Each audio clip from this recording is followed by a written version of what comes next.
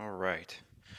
Let's get this out of the way first. The thoughts, views, and opinions expressed on Tailboard Talks Firefighter podcast are solely those of the speakers, guests, and host, and do not in any way represent the thoughts or views or opinions of any other employer, partnership, or sponsor.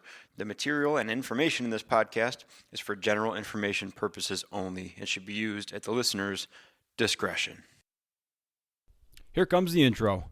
Skip forward 30 seconds if you want to get right to the episode. This is the Tailboard Talk Podcast, the best health, wellness, and lifestyle resource for the fire service. We're using stories, lessons, and tips from the front lines to give a realistic view of what the job can do to us and how we can make it out alive. I'm Chris Morella, a firefighter since 03, medic since 05, full-time since 08, and promoted to lieutenant in 20. I'm also a personal trainer and strength coach, and I'm here to give you the best information and host the best discussions to make us capable and durable, both on the job and away from it. So grab a heater, steal some fancy creamer from First Shift, and let's go chat. Hey everybody, welcome back. Tailboard Talks Firefighter Podcast. My name is Chris. I'm your host and soon-to-be Fourth Shift Firefighter company owner. Right now it's Fourth Shift Fitness. I've been talking about this for the past few weeks. We're going through this change to be Fourth Shift Firefighter, and it's happening when this comes out, the day after it comes out on the 1st, September 1st. Changing everything over, Fourth Shift Firefighter, and for a few reasons. First one is fitness is at the very least uncomfortable, but downright scary for some people, and I don't want to continue to, or I don't want to possibly turn people off to the show or to my company or to bring me in for a speaking engagement, because fitness is tough, man. It's a tough sell sometimes. Now, naturally also, though, we've been moving fitness has still been a part of the show, but definitely fallen to the backside or back burner more and more time again with the podcast and also with my speaking engagements and stuff. The last one I did for first responder conferences was all about wellness. And so we talked about sleep and nutrition and stuff like that. Yes, it's under the fitness umbrella more or less, but we talked way more about lifestyle stuff that related to fitness than just fitness stuff, changing your lifestyle. So doing it, and really just changing it to Fourth Shift Firefighter is just a testament to you guys and girls out there that are doing everything you can, or at least more than people think you should be, to be more capable and durable, both on the job and away from it. Keeping that tagline, I love it, and we're going to stick with that one. But that includes everything. That includes physical fitness and mental health and wellness and emotional wellness and tactics and strategies and training and all that stuff, right? It's all the stuff that makes you the professional that people want and need to work with and work for and be around, right? Side note, just made my brain click a little bit.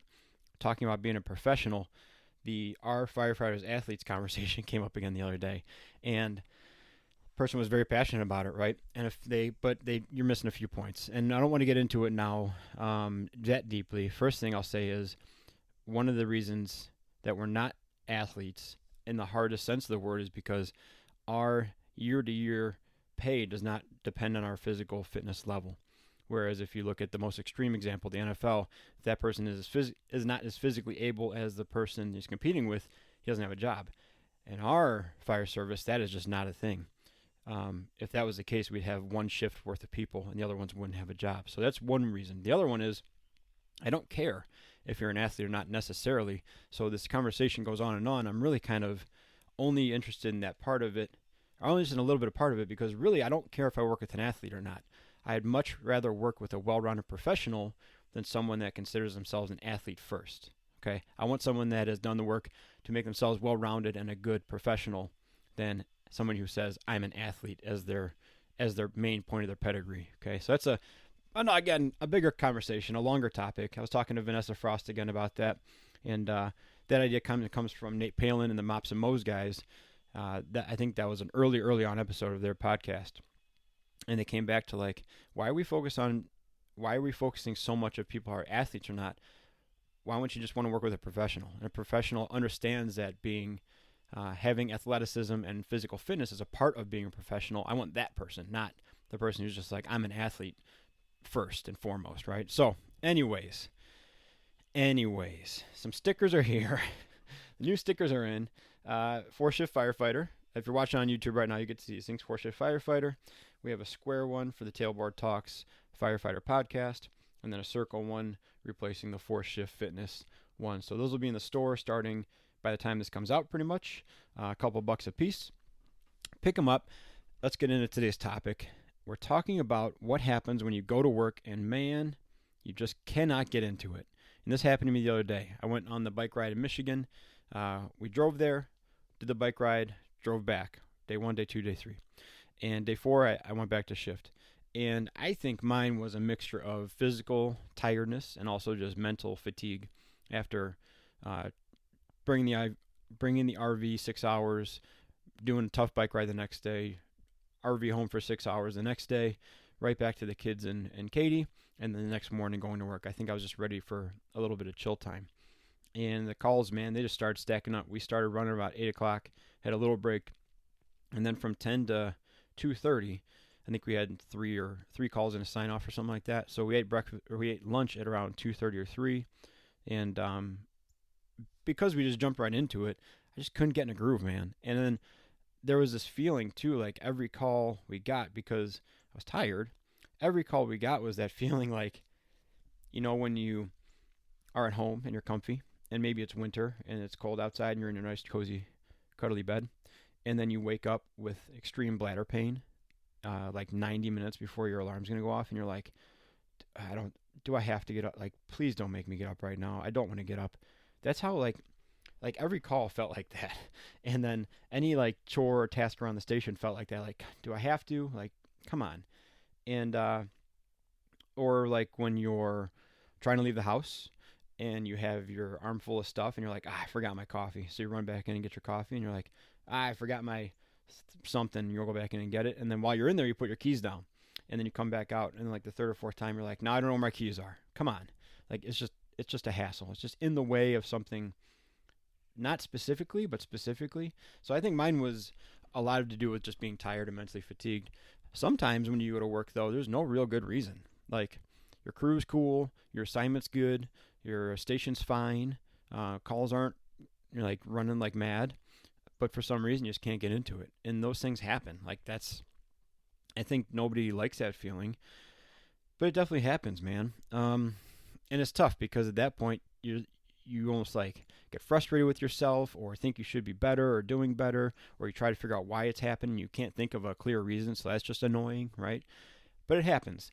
And so I asked the question on Instagram, like, well, what do you guys do when that happens, when you go to work and just can't get into it, right? And I'm going to go over those answers in a second, but before I do that, I want to tell you what I do, okay? What I do is I simplify, first and foremost. It's pretty easy to know and be aware that you're having one of these days pretty quickly on. And so pretty quickly on, if I have that feeling like, man, I'm just not jiving today, I'll simplify it. I'll say, what absolutely has to get done today? And when you look at that list, it's pretty small. There's a pretty short list day to day that actually has to get done. And we've made the joke before with guys I work with, like, if you distilled all the housework, chores, mandatory training, target safety, all this stuff you have to do, like non-negotiable have to do, is maybe 3 hours of work, right? But because of calls, because of stuff that happens, stuff that goes on, it comes out to be a day. So you look at simplify, what absolutely has to get done. Typically a pretty limited list. And then you look at like, well, what would I normally want to do? I normally want to train. I really like going out in the neighborhood and just walking around and pre-planning. We have a very old and very diverse neighborhood that I work in. So the construction is just all over the place. Really, really big, really, really old Victorian houses, all the way down to taxpayers downtown, to purely cement buildings, some cinder block buildings that are single story with compromised roofs on them. I'm just kind of running through. We have huge factories. We have a newer section, kind of just on the skirts of town. So we have all these things. I really like just going out to neighborhoods and walking. So the second part of this, after you simplify and you say what has to get done, I delegate the juice. And the juice is a term that I think I saw it most commonly. It was like a Hard Knocks or something like that. And this pro team had music playing on the field, and one of the players went to the coach and was like, hey man, he said, like, give us the juice, or like turn up the juice, or are you bringing the juice? And the coach, had a meltdown because he's like, it's not my job to bring the juice, meaning the energy and like the feeling and the all that stuff, right? The atmosphere. I delegate that. Delegate the juice. So I'll say like, hey, I'm beat today. I want to do stuff, but I can't think of anything. I'm kind of fried. Can you come up with like a tabletop topic, or can you think of a place you want to go walk around, or pick out a building you want to go pre-plan? Give it to someone. You're still driving it, right? You're saying like, hey, I want to do these things, but give it to someone. Say, hey, here's a little bit of ownership. Here's a project. I want to do what you want to do today because I just don't got it. So simplify, delegate, right? And then fall back on your experience. We got a long career. If you feel out of it or just not connected once a shift, or I mean, not once a shift, don't do that. Once a month, okay? That comes out to like 10, 12 shifts over the course of the year. You got 30 years to figure this out. That's not that many days of being disconnected when you look at it. Now, on the flip side of that, so that's using your experience, knowing that next day I'll feel better. Let's just roll with the punches today. I'm not going to be a ball of fire on anything. I may even be disinterested in some things, but next day I know I'll be back to my baseline. For whatever reason I'm out of it, I'm going to figure this out and I'll be back next day. So you fall back on your experience knowing like this too shall pass kind of thing, right? Now, side note connected to that, these days are also why you do your best to build that benefit of the doubt every other day. This is why if you come in every single day and half an hour after checking out the rig, your toes up in the recliner, or you're isolating yourself and playing video games on your phone, or you don't want to eat with the crew, that's not building the benefit of the doubt. And there might be specific instances where those are appropriate or expected, or because of past happenings, relationships, maybe you playing video games and not being with the crew is the best thing. But in general, building the benefit of the doubt, becoming a contributing member, having ambition, contributing to the crew, being enthusiastic about service, those are all things that when you have a bad day, people know like, well, this isn't him. Like this is like an off day. We can help him out today. We can all pitch in, pick up the slack, give him a little bit of leeway, whatever it takes. But that's why you work on being a 4-shift firefighter, if I can steal the term early, all the other days, because then when you have an off day, it's not a big deal. It's a blip in the radar, right? And you know that, and everybody else knows that. So, hey, it's all good. Let's just get through today and move on. In the meantime, you guys are going to carry me today. It's kind of this unspoken thing. And then next day, I'm going to do my part and probably a little bit more to say thanks, okay? So I want to go back to what you guys do. And great answers again. I mean, you guys keep showing up, and I love it. So we have, some of these are really good. Call a loved one to reset the mood and try harder to put my focus on servitude and then go serve. Servitude is a topic that I've been trying to figure out an episode on for quite some time now because of several things. And as I even think about it now, I'm still not organized in it. But man, is it so easy to lose sight of the service side of this thing. It's so easy. So focusing back on servitude, it's fantastic. And it's difficult to do. It might feel like a dorky or nerdy or a lame thing to do, but that's at the core of what we're supposed to be doing. So refocusing on that will probably take care of a lot of problems. So that's a great one. This guy, Alex, take the shoes off and do some mobility drills on a mat, which leads to shoes on and lifting. Wait, we're talking about working out, right? Thanks, buddy. Sure, we could talk about working out. That's a great approach to take. A little bit at a time, small bites, right? If you make it past the first 2 minutes, you might as well do 7. If you make it past 7, might as well do 10, so it's an even number. And at 10 minutes, I can do 20 because I'm already here for 10. I got to get my shoes back on anyways. And at 20 minutes, I guess I'll just do a full workout. Eat the whale one bite at a time. That's a great way to take care of it and a great way to get into things. Teach something. Remind myself why I do this. Teaching is such a fantastic way to take the focus on how you're take the focus off how you're feeling and get out of your head and put your effort into someone else, which is sometimes all you need to get back in the game. I love that one. Thanks for shooting that one on here. Interacting with kiddos in the public, teach about the job, always a good pick-me-up. Right on. Listen to Eye of the Tiger and Force the Door Prop. Dude, sometimes you just got to swing the hammer. Sometimes you just need a little bit of energy to get it going, right? This is the old, like, some people weren't in the game until they got hit playing hockey. Some people weren't in the game until they hit someone. But once you get roughed up a little bit, you're in the game. I dig it. My man Joe Galley, find simple solo project that gets me moving. Clean a tool, roll a hose, etc. Ladies and gentlemen, there is no better example of a fireman's fireman than Joe Galley.